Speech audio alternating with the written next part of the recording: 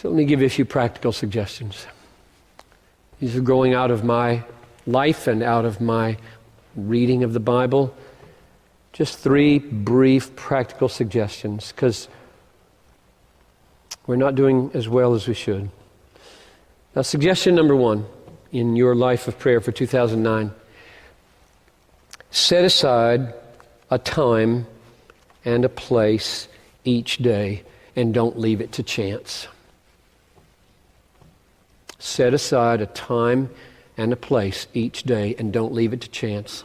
The devil defeats most praying before it happens because we didn't make a plan. If you don't plan, believe me, I have been at this a long time, and the devil hates me and my prayer life like you wouldn't believe how many good things keep me from praying. Not sin. Sin does not keep me from praying.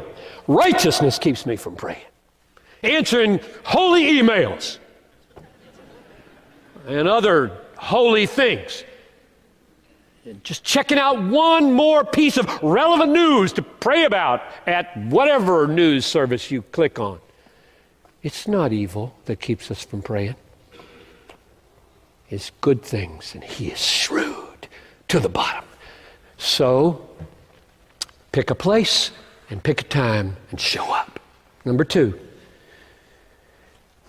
I suggest that you combine your praying with reading the Bible, and that you take what you read in the Bible and you turn it into prayer.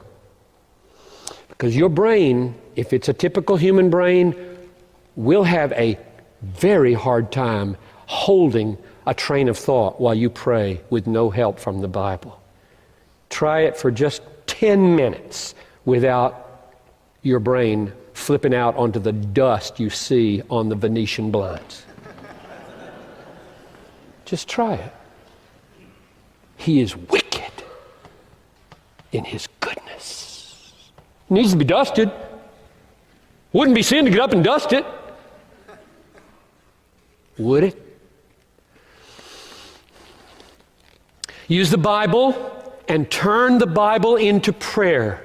Read, pray, read, pray, read, pray, read, pray, as long as you want to or can. That's number 2.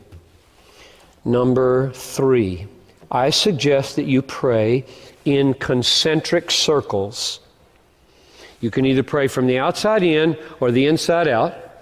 And what I mean by concentric circles is,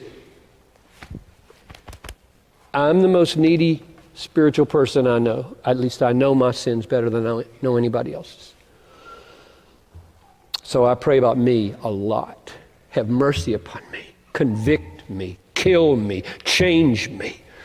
Guard me. Humble me.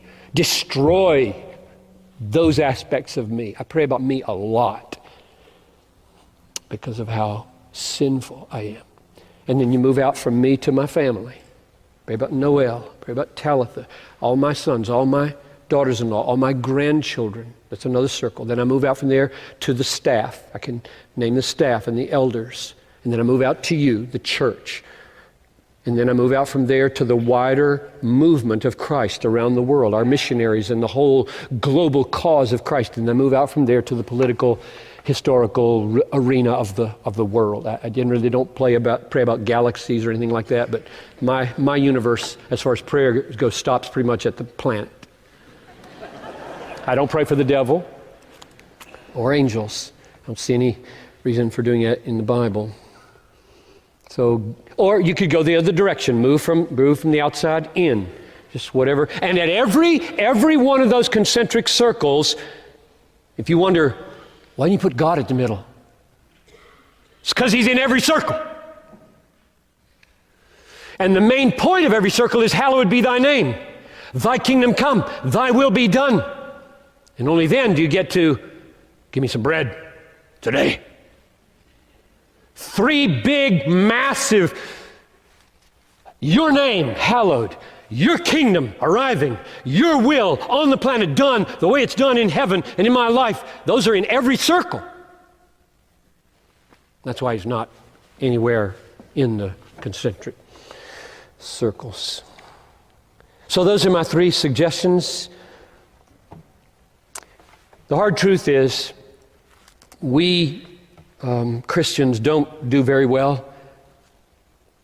We've done some surveys over the years at Bethlehem. It's pretty sad when we do them. I don't like to do them. I get discouraged. We don't pray very much. Pray at meals, maybe, unless we're still stuck at the adolescent stage that thinks good habits are legalism. We may whisper prayers before a tough meeting that we're walking into. We may throw him a kiss as we crawl into bed. But we don't set aside significant, regular, daily, disciplined time to pray in those ways much. And we don't think it's worth it to meet with others to pray, by and large.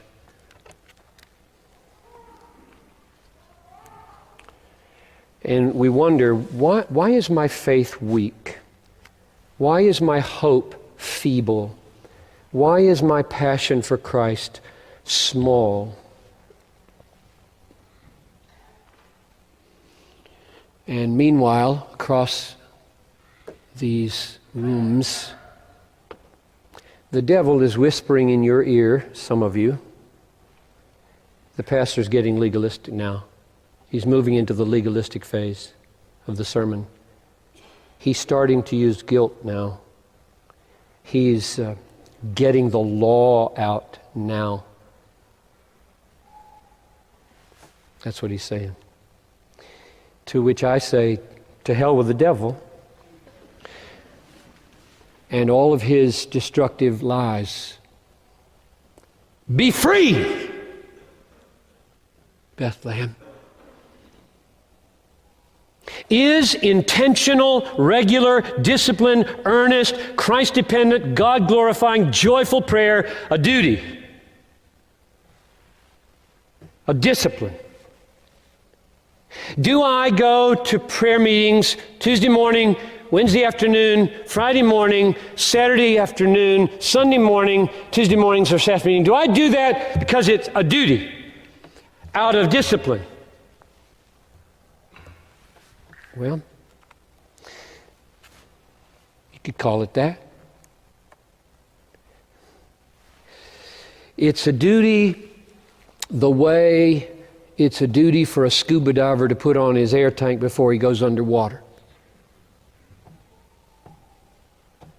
It's a duty the way pilots should listen to air traffic controllers. It's a duty the way soldiers in combat should clean their rifles and load their guns. It's a duty the way hungry people eat food. It's a duty the way thirsty people drink water. It's a duty the way a deaf man puts on his hearing aid. It's a duty the way a diabetic takes his insulin. It's a duty the way Pooh Bear looks for honey. It's a duty the way pirates look for gold. So you call it duty if you want. It is like that. I hate the devil. I hate the way he is killing some of you by persuading you it's legalistic to do regular, set-aside, disciplined praying. I hate the devil and the way he's killing you.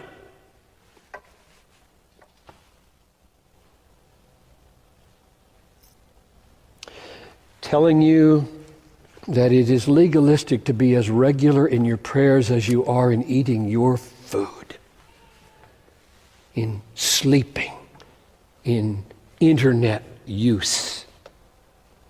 Oh, we struggle with those, don't we? Legalistic to eat 3 times a day. I think it is.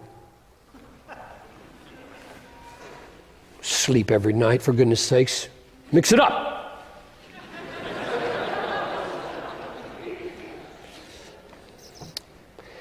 He is laughing up his sleeve at how easy he can take out Christians.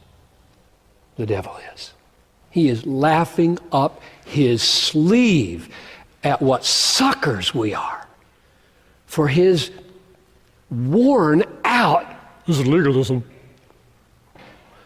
You should just look at him and say, I'm older than that. I'm not in 5th grade anymore.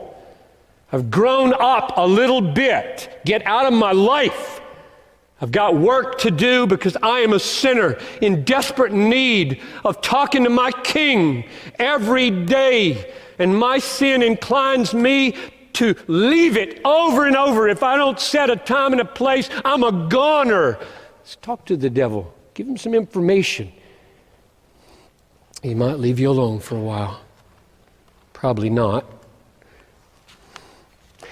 Folks, God has given us means of grace. You know that phrase? God has given us means of grace. If we don't use the means of grace, like praying, to the fullest advantage, our complaints against him will not stick. It's amazing to me how many people get in God's face with complaints when they haven't done it. What kind of a courtroom is this when God can be put in the dock by sinners who don't even use the means of grace he gives us? Amazing. It's amazing. If we don't eat, we starve. If we don't drink, we die of thirst. If we don't exercise a muscle, it atrophies. If we don't breathe, we suffocate. And just as there are physical means of life, there are spiritual means of grace. It's so simple.